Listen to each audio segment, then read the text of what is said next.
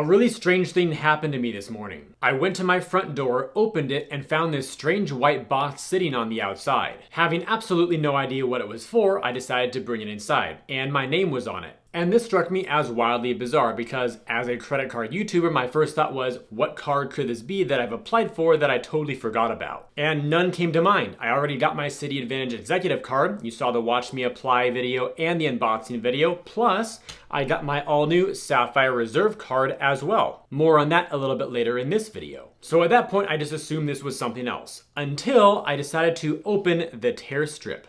Putting that back on here for you all to kind of imagine it, as soon as I pulled this off, the inside of it was actually blue. And that got me thinking, could this be the Sapphire Reserve card round 2? The reason why that was on my mind was because Chase apparently has been approving accounts despite users declining due to the pop-up. In other words, people have been applying for the new Sapphire Reserve, getting a pop-up window saying they're not eligible for the welcome offer. Do they want to continue? They select no, but Chase opens the account anyway. At this point, I decided to peek inside the box and I saw that it was indeed my second Sapphire Reserve card. At which point I decided to stop what I was doing, get in front of the camera so we can unbox this together. And if you're wondering about the entire story of what the heck is going on here, stay toward the end and I will reveal all the wild details.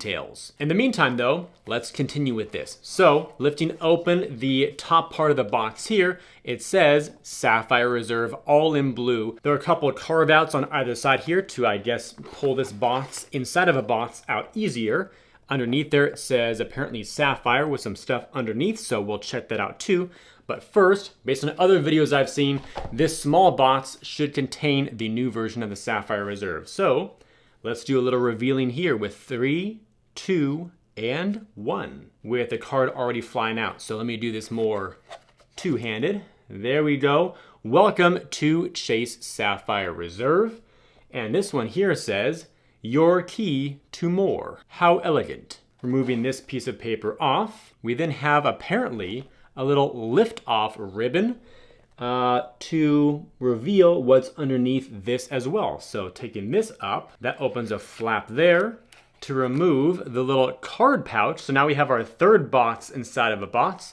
This one again says Sapphire Reserve. Putting this aside for a moment though, let's do my mini envelope box. Let's try that again with better focus. There we go.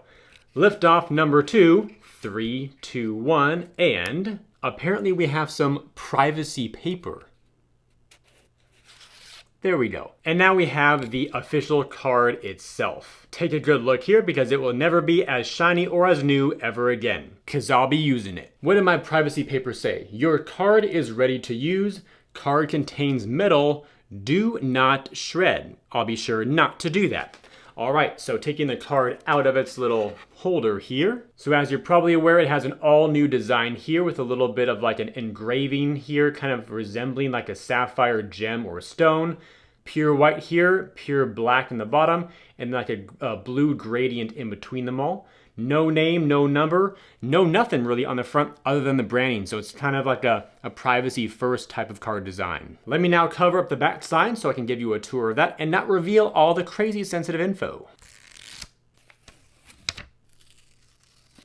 And just like that, the back side can now be revealed. Here's your front row seat to that. It obviously looks very different compared to the old design. We'll do a comparison of all that later on in this video as well. And yes, for those who are curious, this is a metal credit card. That also means some drop tests and weight comparisons too. Stick around. So we have this nice card, which was protected with some scratch-resistant privacy paper, which came in this nice card holder here.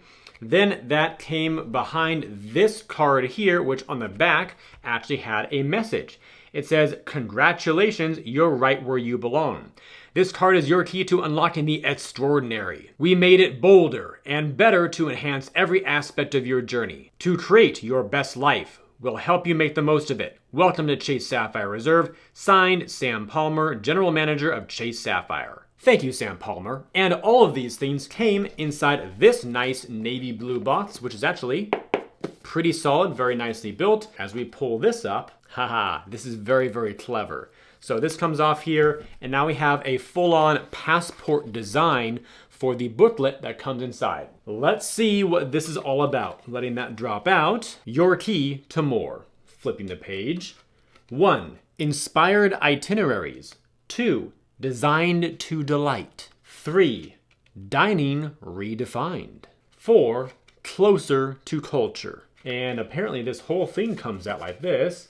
Embrace the extraordinary. So it's got a multifaceted passport type of design here, giving you a little bit of a pre-intro to some of the main benefits on the card. From top to bottom, I've got to give the Chase team a full 10 out of 10 for the overall presentation and revamped marketing for the new Chase Sapphire Reserve. And comparing these two cards side by side on my end, both of the account numbers are identical, the CVV numbers are identical, my name is identical, and so is the expiration date. So I truly have duplicate cards here. And just to be certain that Chase did not accidentally open a new account in my name when I didn't want them to, I did check my online account and I'm still only seeing one Sapphire Reserve account. So what the heck? Clearly, it's story time. Here's what happened. I initially saw the revamped version of the Sapphire Reserve come out. I wanted it and decided to try my luck. So I applied directly online via a new application, fully knowing that I was probably one of the most wildly ineligible people on the planet. Despite all that though, I applied anyway.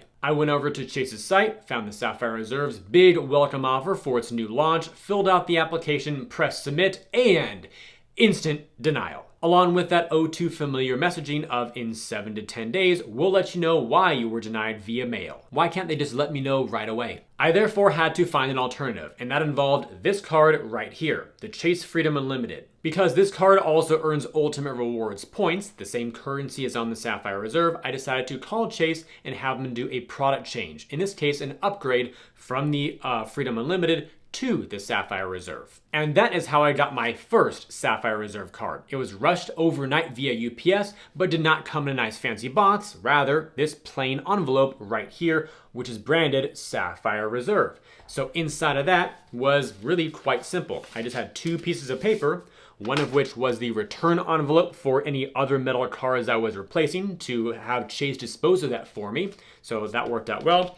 Plus the regular piece of paper with my card on it, as well as my credit limit and stuff like that. To re-simulate that for you,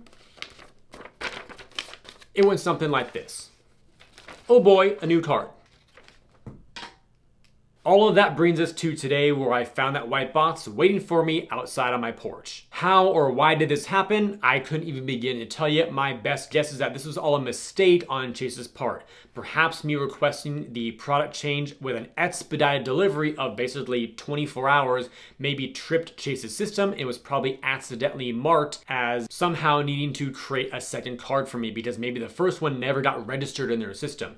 But what really has me curious is when you upgrade, it made sense to give people just a standard, although nice, envelope. I would not expect Chase or other issuers with premium travel lifestyle cards to invest in all of the money that it takes to make this nice packaging and send it to probably millions of people just for an upgrade. This type of stuff is awesome to welcome a new card member who just got approved into the Chase family. Me though, I've been a card member with Chase since 2014. However, I won't complain even for 1 second because all this time I was thinking I would never be able to share a true unboxing for the new Sapphire Reserve with all of you because I'm not eligible to get a new one. Fortunately though, it all worked out to my surprise. And here's where I need your help. If you decide to upgrade one of your Chase cards to the Sapphire Reserve, did you get a plain envelope or did you get a fancy box? I'd love to know with some more data points what Chase is doing more often, be it a mix between these two or if they're all actually supposed to be boxes or envelopes.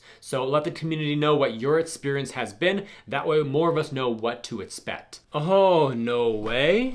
The white box that was on my front porch actually has its own component too. So I forgot there's another lift off tab right here. Taking this layer off, and we now have some sort of blue envelope here at the bottom too. Let's see what's inside this layer of the Sapphire Reserve. Inside here, we've got 3 more pieces of paper coming on out like this. One is the guide to benefits. The other is the rewards program agreement and the same type of white paper you saw earlier with my account info, credit limit, and things like that. So this unboxing probably has more steps to it than I ever would have thought. Now, how about we have a little fun with a design comparison, weight comparison, and drop test. Now, in terms of how the Sapphire Reserve has changed in design over time, here's the first generation where it said Chase with a small logo on the front, plus Visa Infinite. That then became the second gen where Chase was removed, the logo got a lot bigger, and Visa Infinite was put on the reverse, so it's a much cleaner front. And now we have today's version where even your name was removed, as well as Visa still being on the back. So that's a much cleaner design, also with this gemstone design as well, kind of symbolizing the sapphire naming. And here's a view of all three of them side by side if you want to see them that way. Flipping them all over now, here is the first generation on the far left with that like holographic dove logo as well. There we go, a little bit of a better view. It's hard to catch that one with the light. Anyway, we then have the second generation where the dove went away. Overall, pretty similar design though, but now Visa Infinite is on the back. And then the latest generation got a big overhaul here with a mad stripe at the top, being much broader, much thicker, a blue design, plus a few other changes too. And for our weight comparison, we're gonna see how all these compare against each other, and we'll see if this order actually changes as well. So starting first, for some reference point, a plastic card is going to be 5 grams for the Freedom Unlimited. That one will for sure be the lightest, so we'll put it at the bottom. Then the Sapphire Preferred card here will come in at 13 grams. We'll put that one right over here. Now the first version of the Sapphire Reserve, also 13 grams, so a tie with the Sapphire Preferred. Up next, the second generation of the Sapphire Reserve, definitely heavier at 17 grams. That'll be above those two. The latest and greatest version of the Sapphire Reserve will come in at 18/19 grams. In my last video, a short, it was 18, but I'm guessing with the excess paper that I have on the back, maybe that pushed it over the edge. But 18/19 is what that will be, so that'll be up at the top. Venture X here is at 17, so same as the second generation Sapphire Reserve. And the current version of the Amex Platinum with a bunch of artwork on the front, also 17. So those three are tied. Here is the new order of the weights. Plastic, first generation, Sapphire Preferred as well. Second generation, Venture X, Amex Platinum.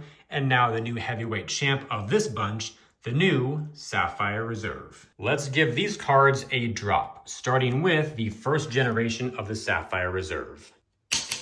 Now for the second generation and generation 3.